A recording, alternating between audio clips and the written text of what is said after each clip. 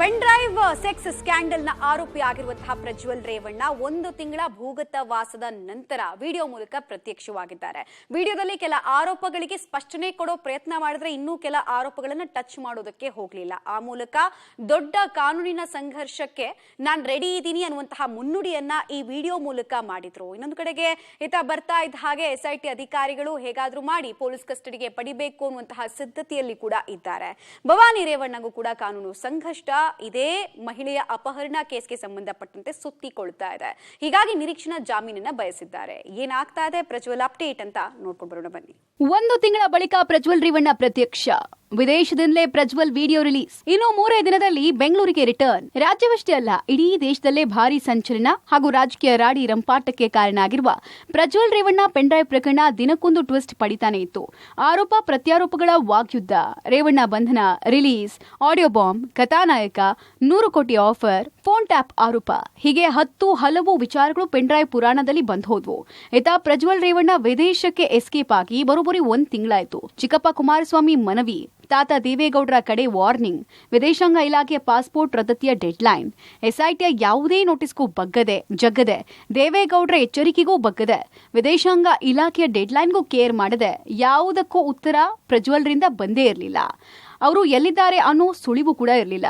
ಅಶ್ಲೀಲ ಹಗರಣದ ತನಿಖೆ ಜೋರಾಗಿರುವಾಗಲೇ ಪೆನ್ ಡ್ರೈವ್ ಪ್ರಕರಣಕ್ಕೆ ಹೊಸ ಟ್ವಿಸ್ಟ್ ಸಿಕ್ಕಿದೆ. ಬರೋಬ್ಬರಿ 1 ತಿಂಗಳು ತಲೆಮರೆಸಿಕೊಂಡ ಬಳಿಕ ಪ್ರಜ್ವಲ್ ರೇವಣ್ಣ ದಿಢೀರಂತ ಪ್ರತ್ಯಕ್ಷರಾಗಿದ್ದಾರೆ.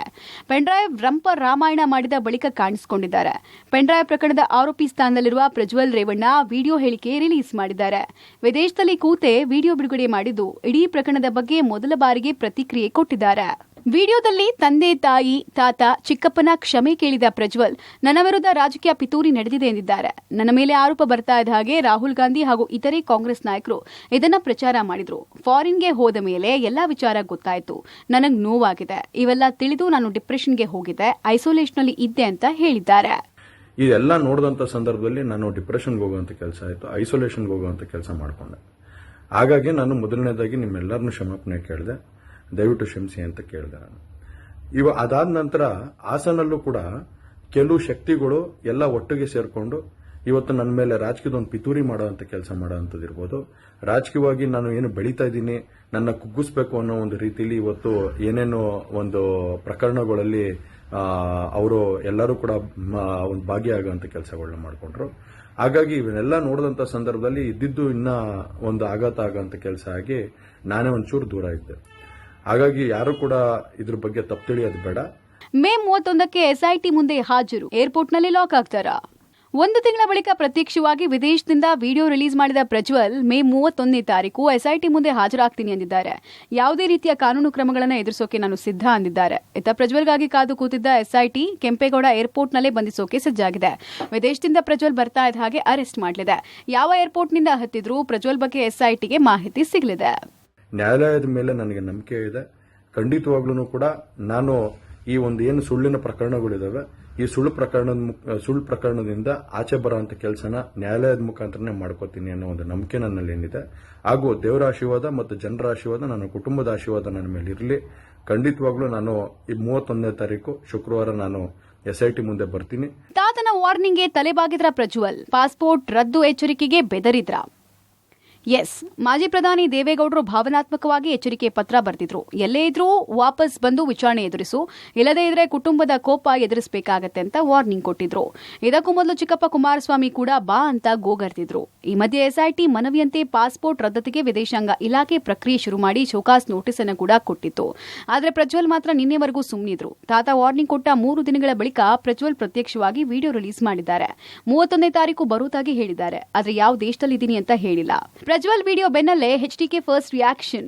ವಿದೇಶದಿಂದ ಪ್ರಜ್ವಲ್ ರೇವಣ್ಣ ವಿಡಿಯೋ ಬಿಡುಗಡೆ ಬೆನ್ನಲ್ಲೇ ಪ್ರತಿಕ್ರಿಯೆ ಕೊಟ್ಟ ಕುಮಾರಸ್ವಾಮಿ, ನಮ್ಮ ಮಾತಿಗೆ ಬೆಲೆ ಕೊಟ್ಟು ಬರ್ತಾ ಇರೋದು ಸಮಾಧಾನ ತಂದಿದೆ ಎಂದಿದ್ದಾರೆ. ಇನ್ನು ಡಿಕೆಶಿ ಕಾಲವೇ ಎಲ್ಲದಕ್ಕೂ ಉತ್ತರ ಕೊಡುತ್ತೆ ಎಂದಿದ್ದಾರೆ. ಈಗಾಗಲೇ ನಮ್ಮ ರಾಷ್ಟ್ರೀಯ ಅಧ್ಯಕ್ಷರು ದೇವೇಗೌಡರು ಮತ್ತು ನಾನು ಎಲ್ಲೇ ಇದ್ದರೂ ಬಂದು SITಗೆ ಹಾಜರಾಗಿ ತನಿಖೆಗೆ ಸಹಕಾರ ಕೊಡಬೇಕು ಅಂತಕ್ಕಂಥ ಒಂದು ದೇವೇಗೌಡರು ಎಚ್ಚರಿಕೆನೂ ಕೊಟ್ಟಿದ್ದಾರೆ. ಒಂದು ಮನವಿಯನ್ನು ಮಾಡಿದ್ದು, ಅದಕ್ಕೆ ಹೋಗೊಟ್ಟು ಬರ್ತಾ ಇರ್ತಕ್ಕಂಥದಕ್ಕೆ ಇವತ್ತು ನಮಗೂ ಸ್ವಲ್ಪ ಸಮಾಧಾನ ಇದೆ. ಪಾಪ ಅವರು ಏನ್ ಬೇಕಾದ್ರೂ ಹೇಳ್ಕೊಳ್ಳಿ, ಬಾಯಿಗೆ ಯಾರು ಬೀಗ ಹಾಕಕ್ಕಾಗಲ್ಲ, ಕಾಲ ಉತ್ತರ ಹೇಳ್ತದೆ. ಪ್ರಜ್ವಲ್ ಹೇಳಿಕೆಗೆ ಅಶೋಕ್ ಅಶ್ವತ್ಥನಾರಾಯಣ್ ಪ್ರತಿಕ್ರಿಯಿಸಿದ್ದು, ಮೊದಲೇ ಈ ಕೆಲಸ ಮಾಡಬೇಕಾಗಿತ್ತು, ತಪ್ಪು ಮಾಡಿದವರಿಗೆ ಶಿಕ್ಷೆ ಆಗಲಿ ಅಂತ ಹೇಳಿದ್ರು. ಪ್ರಜ್ವಲ್ ರೇವಣ್ಣ ಅವರು ವಿಡಿಯೋ ಬಿಡುಗಡೆ ಮಾಡಿ ನಾನು ಬರ್ತೀನಿ ಅಂತೇಳಿ, ಬಟ್ ಅವರು ಮುಂಚೆನೆ ಇದನ್ನ ಮಾಡಬೇಕಾಗಿತ್ತು ಕೆಲಸ, ಮುಂಚೆನೆ ಅವರು ಅದನ್ನ ಹೇಳಬೇಕಾಗಿತ್ತು. ಹೇಳಿದ್ರೆ ಅದಕ್ಕೊಂದು ಅರ್ಥ ಆಯ್ತು. ಇದು ಬಹಳ ಟೂ ಲೇಟ್ ಅಂತ ಅನ್ಸುತ್ತೆ. ಆದ್ರೂ ಕೂಡ ಈಗಲಾದ್ರೂ ಹೇಳಿದಾರಲ್ಲ, ಬೇಗ ಬಂದು ಅಟೆಂಡ್ ಆಗಿ, ಕಾನೂನಿಗಿಂತ ದೊಡ್ಡವರು ಯಾರು ಇಲ್ಲ, ಕಾನೂನು ಪ್ರಕಾರ ಮಾಡಬೇಕು. ಈಗಾಗಲೇ ಸಾಕಷ್ಟು ಇದ್ರ ಬಗ್ಗೆ ಚರ್ಚೆ ಆಗಿದೆ. ಒಂದು, ಈಗಾಗಲೇ ನಮ್ಮ ನಾಯಕರು ಹೇಳಿದಾಗೆ ಅಶೋಕಣ್ಣನವರು ವಿಡಿಯೋ ಮಾಡಿದವರು, ವಿಡಿಯೋ ಹಂಚಿದವರು, ಇವರಿಬ್ಬರ ಮೇಲೂ ಶಿಕ್ಷೆ ಆಗಬೇಕು. ಒಟ್ಟು ಯಾರೇ ತಪ್ಪು ಮಾಡಿರಲಿ ಶಿಕ್ಷೆ ಆಗಬೇಕು ಅನ್ನೋಂಥದ್ದು ನಮ್ಮ ಒತ್ತಾಯ.